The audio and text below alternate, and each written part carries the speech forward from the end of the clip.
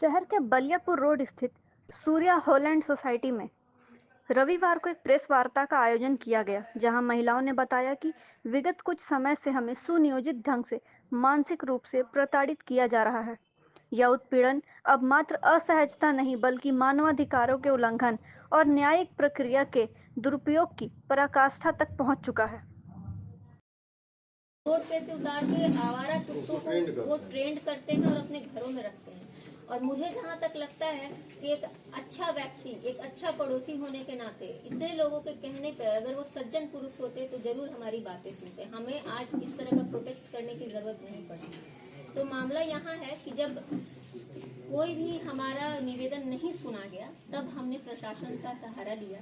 सबसे पहले हमने थाना में आप सभी मीडिया कर्मियों से हाथ जोड़ के करवद निवेदन है कि आप हमारे इस निवेदन को प्रशासन तक और पूरे समाज में फैलाने का कष्ट करें, ताकि हम जिस उत्पीड़न को आज सह रहे हैं, यह सिर्फ एक सोसाइटी का मुद्दा नहीं, ये पूरे समाज में एक हीन मानसिकता की परिचायक है। तो मैं आपको बताना चाहूंगी कि सूर्या हाईलैंड सिटी, जहां हम लोग निवास करते हैं, यहाँ दीपक अग्रवाल, स्वर्णा अग्रवाल और रोशन अग्रवाल नाम के 3 व्यक्ति रहते हैं, जो हमेशा यहाँ के लोगों को मानसिक रूप से प्रताड़ित करते हैं। कभी झूठे सीपी केस में फंसाने की धमकी देते हैं।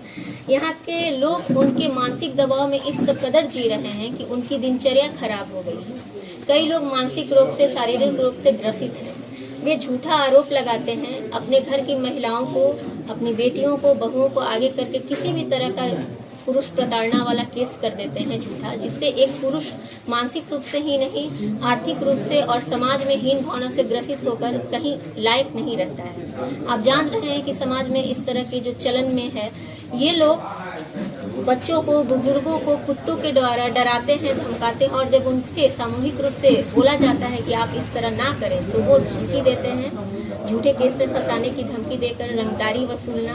और आप यहाँ उपस्थित महिलाओं से पूछ सकते हैं कि किस किस तरह की समस्याओं से उनको अवगत होना पड़ता है, और इनको इंजॉय करते हैं ये लोग केस करके। इनमें थोड़ा सा भी नैतिक वैल्यू नहीं है, मोरल वैल्यू नहीं है, समाज में रहने लायक ये लोग नहीं। एक तरह के ये लोग साइलेंट किलर हैं, उस दिमक के समान है जो एक साथ रह करके पूरी सामाजिकता की, मनुष्यता की जड़ों को खोखला कर रहे हैं, और जिसके कारण एक आम आदमी की आर्थिक स्थिति, जान, माल और साथ तीनों की क्षति हो रही है।